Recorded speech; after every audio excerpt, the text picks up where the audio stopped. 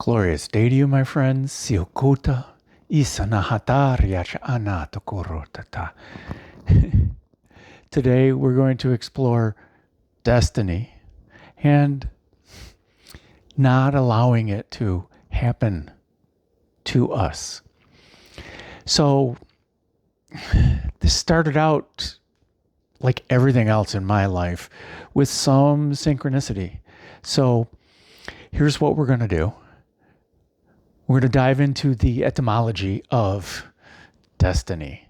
It comes from the Latin dēstināre, and that means it to make stable. 44 seconds in.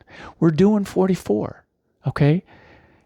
It's to make it stable, to bind, to fasten. Check the description for more exact details. But 44 is also a vibration. It's our firm foundation. It's two fours put together. And it is a master number here. But today we're just going to call it the master builder because it includes the builder, the architect, and the supplier, the designer of the whole system. All the artist and the builder and the architect all working together here. So this master number 44, it connects our lower chakras, Muladhara, and we're creating this Iñevitable destiny, this inevitability through our intention, through our alignment, but having a firm foundation, a firm, stable reference of who we are and what we wish to create is the important foundation of what we're doing. We are the founder. This is what 44 is and what 44 does. We must have a firm, stable reference point of what we believe, who we are, where we want to go, what do we want to create. These are all things of our stable reference point. And only then can we declare what we want. Much like the preamble to the Constitution of the United States, we the people do ordain and establish. And that's what we're doing today. By us understanding we are the founders of our own reality. We're the creators, we're the architects, we're the authors of this story. We also get to play the hero, but we're not the subject of somebody else's writing whims and plot points. We're the author and the hero of our own story. So we do ordain and establish our own destiny here. The whole point of this whole video. Chikara, Tusa, Iriaranahatatara.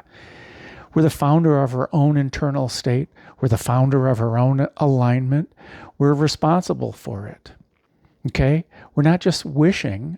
The law of attraction isn't wishing for our reality to change. It's not wishing for something to just show up in our lives. It is us taking control of our own vibration, understanding where our alignment is, what we want and what we don't want, so we align with our own heart center and what we truly wish to create. And then we take action on it because we're excited about our reality that we have just created. This is why these are the laws of the universe. Because now we are sending out the vibration to the universe as well as we're stating it and we're thinking it. We're doing all of these things. All of our thoughts, all of our words, and all of our actions are creating our reality. Now, where's the 11 fit in here? So the 11 is our intuition. It's the gateway. It's the vision or the visionary aspect of it. We need to have a vision, a plan, a dream of what we wish to create so that we can then reinvest our 11 into the 44. We have a firm foundation of who we are based in what we can do, based in what we want to do, based in our own desires, not the desires of everyone else that is trying to push in who we are, trying to tell us what we should do. They're shooting on us. Iskatatara, nisahotorio toto. And the 11, the vision, is sent down through our bridge, our centrifuge, our engine, down into the lower chakras, to the 44, to our firm foundation. And because we're aligned, we are coherently flowing our vision with the realization. That's all the divine flow is us accepting the fact, us aligning ourselves with this idea that this flow of the universe in what we're doing. And this is really what Dharma is that we're holding our own vibration of what we wish to create. And this alignment is the law of the universe. The flow is the law of the universe.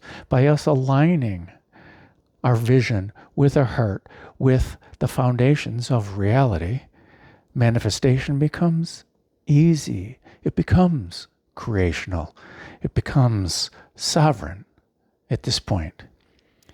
Because we have the stability of our vision. We have the stability of knowing we are the sovereign soul, and we are 100% successful all the time. The contrast, that's the beauty of it. The contrast is how we tell the difference between what we wish to create, what we prefer, and what we don't prefer. It's not that the universe is paying us karma for things that we've done. We're creating our own karma. This action is what we sent out to the universe, and the universe responded in like. That's it. And now this inevitable flow, this heart center, this toroidal centrifuge that filters out things. Our heart is doing all the creations. Our egoic mind thinks that it is in the driver's seat. But all the spaces in between our thoughts is filled in by our heart center and our divine nature, our radiant whole. This centrifuge filters out this egoic noise. If we continue to focus on our ego and our demands and what our beliefs say when they're in contrast with what our heart says, this flow. So here we go. In Stoicism, amor fati, love our fate. If the universe is a self-organizing radiant whole, just like you and I, it is because God or consciousness created everything and created everything in its own image. Everything. So if we are a self-organizing radiant whole, the universe is. And if the universe is a self-organizing radiant whole, we are. It's as simple as that.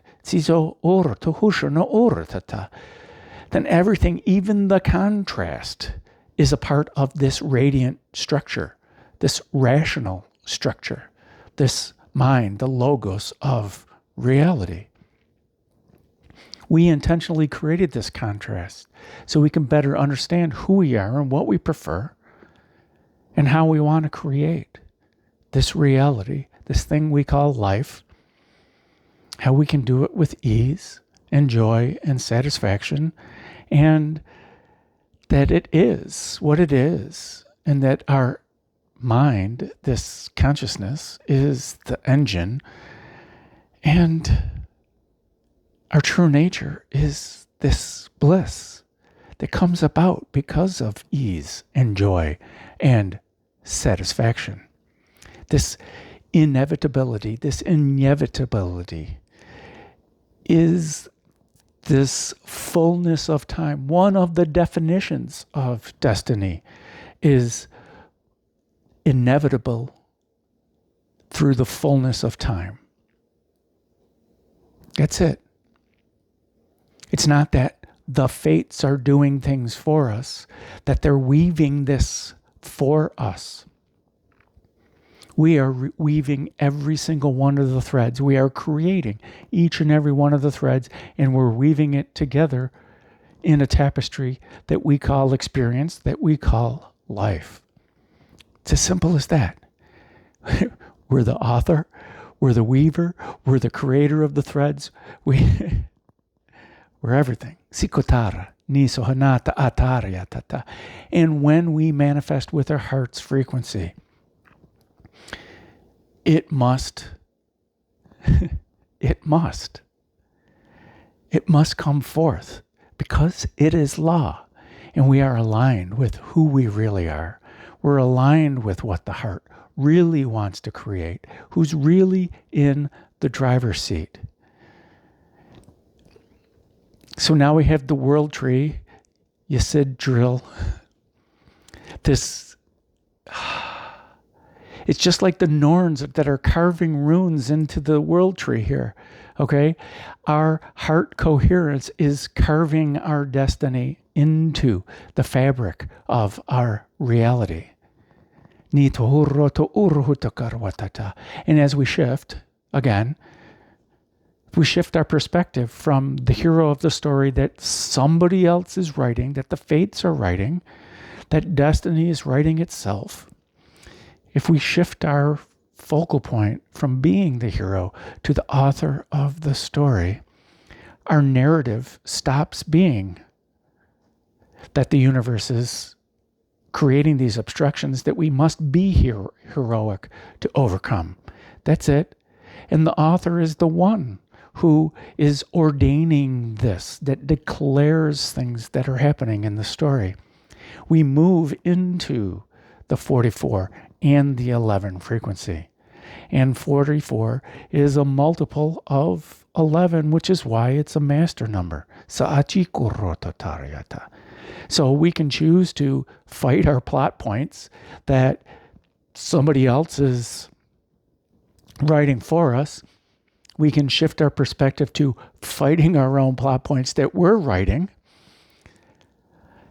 Maybe even we can decide that we're not going to write those plot points anymore, that there are more preferable plot points that we can explore, that we can create. We do this by changing our mindset. That's it. And now we get to write our own constitution. We get to switch how we see life. We get to declare, and it's down in the description. We can make our own preamble of bliss. I, a sovereign soul, in order to form a more perfect union with my own heart, provide for the common defense against doubt and fear, and promote the general welfare of my bliss, and secure the blessings of liberty to my true authentic self, do hereby ordain and establish this frequency as my inevitable destiny. That's it. That's it. We're making a decision and taking control of our own mindset, not by any really hard effort, by stating intention, by reinforcing our intention, by aligning, by listening to the heart and taking action from the heart. That's it. Tohotor uranaha katita, 14:14. Sihuta narya shakawati. 14 is temperance. Sitatar shoya ora nara. It is 4:14. Sihikutor yotor hasanuata ati chisha akarsana iri arata tira arata. So clearly 14 is a number. We have to work that in somehow. Arkushna ara isahanata kahashi huta nanara. Hisahana ai yayaka atata aratihiata. Soko uta hamana ikia chaana hayatata. Huka nara hasana aratata. Listen for a moment to your own heart center. As the light language flows, translate it yourself.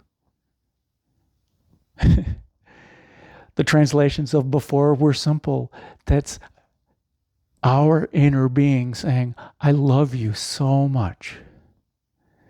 You are amazing with all the things that you're creating and that you're going through.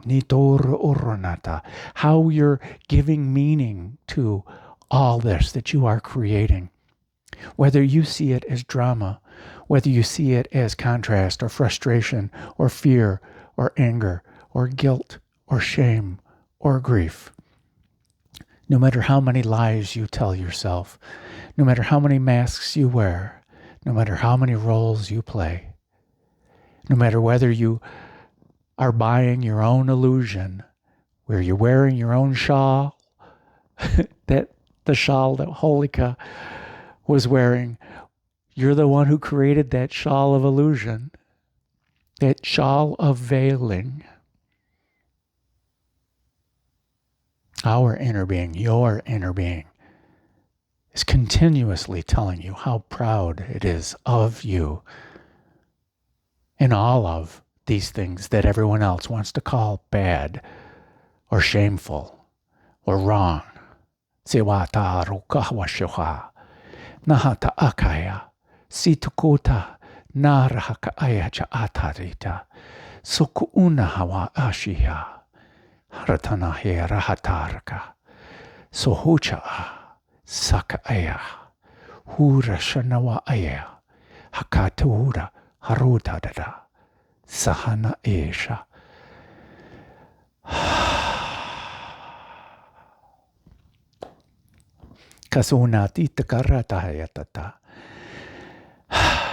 So I thank you, my friends, for sharing in my highest bliss. And